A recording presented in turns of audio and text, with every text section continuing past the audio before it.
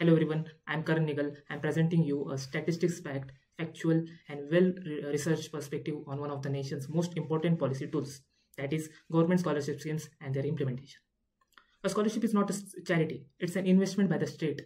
These are nothing but the financial aid provided by the central or the state government to cover the crucial expenses like tuition, cost of living, books, accommodation, etc.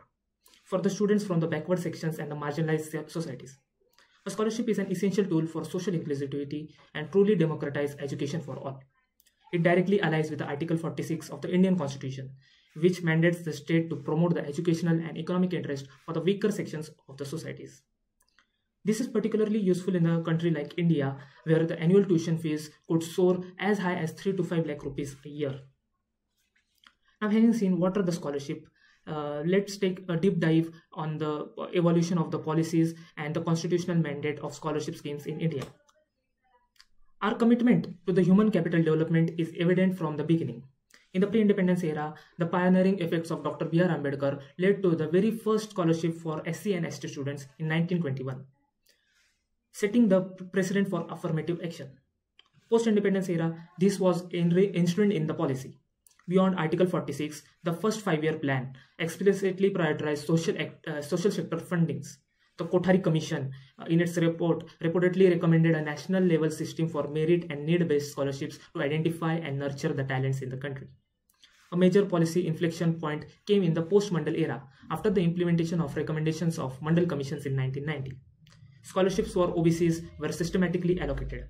This led to the significant policy investment, resulting in immediate 45% increase in the budget allocation for the need-based scholarships in the 3 financial upcoming cycles, marking a clear expansion of the beneficiary pool.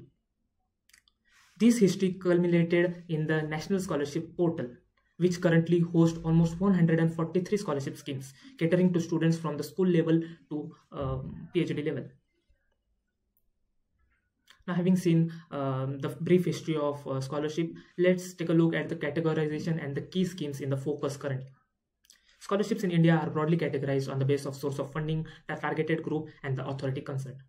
They include the central scholarship schemes, the state scholarship schemes, the UGC or AICTE schemes, and the special category schemes. The central scholarship schemes, these are 100% funded by the union government and applicable to the nationwide students. For example, the central sector scheme of scholarship. It is for the college and university students, which provides an financial aid of almost 12 to 20,000 per year to the meritorious students from UG and PG programs. The second is the state scholarship scheme, funded by the state governments and are tailor-made according to the local needs.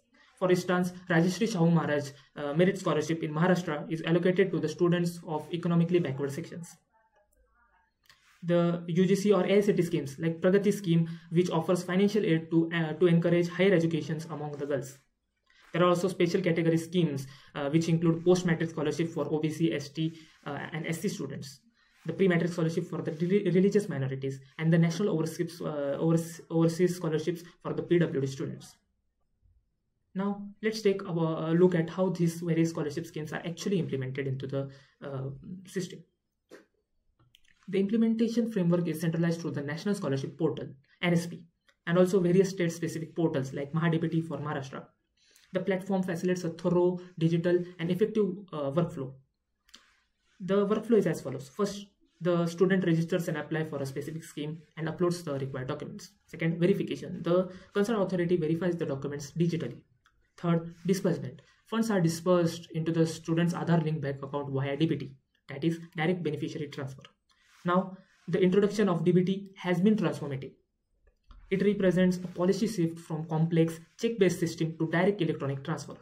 Since its implementation, DBT has been instrumental in curbing the leakages and has been often credited with saving the exchequer an estimated of 3.5 lakh crore rupees till date.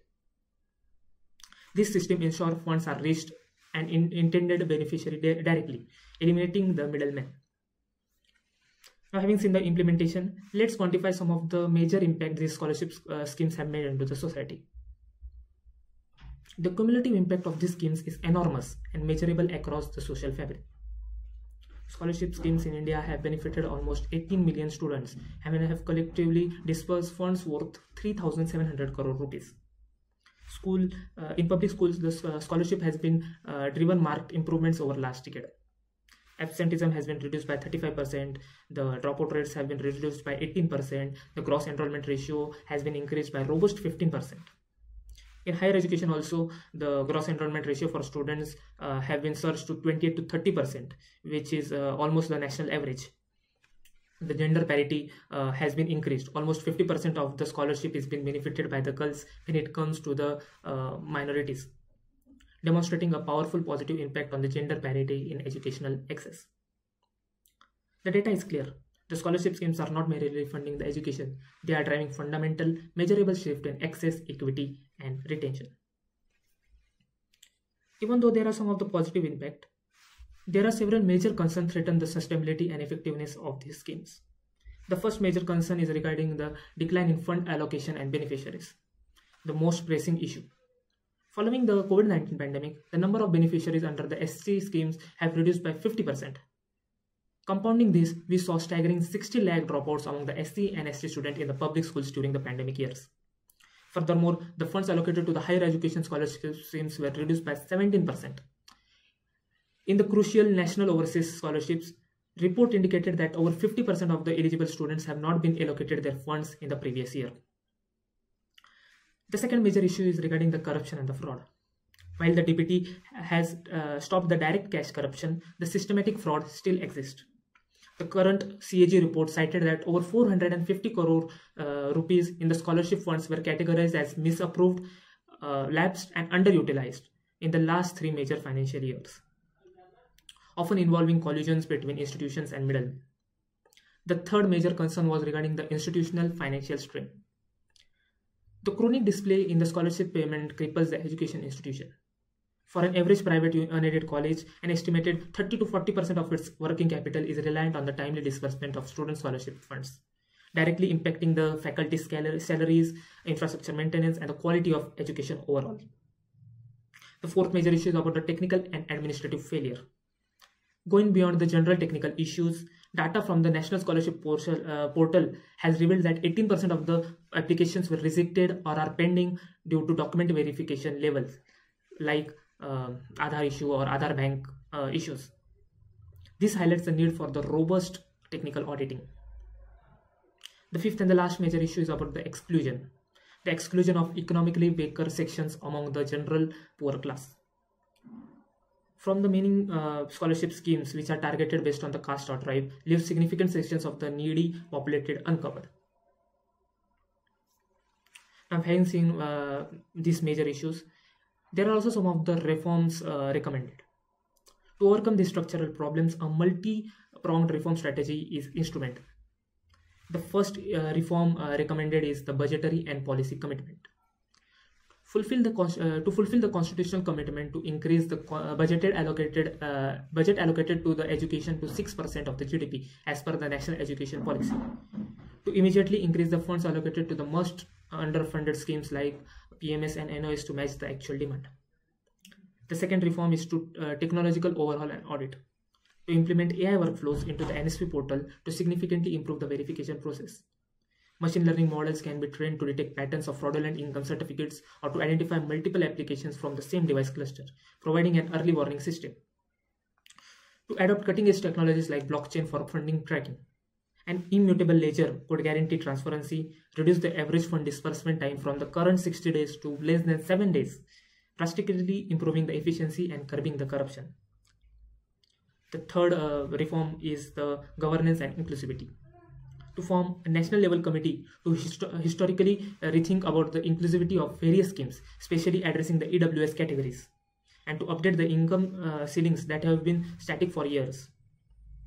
To establish a public plus private plus NGO based structure. This structure would allow NGO and private sector CSR to work alongside the government agencies to efficiently implement and monitor schemes, leveraging private sector data and analytics and grassroots reach.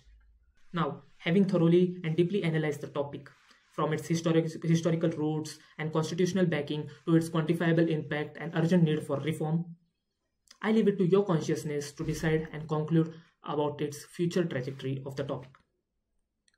I would just like to say in the end that scholarships do not merely fund education, They unlock the dreams, they empower the future, they build a nation where every mind, regardless of its origin, has equal right and opportunity to shine. Thank you.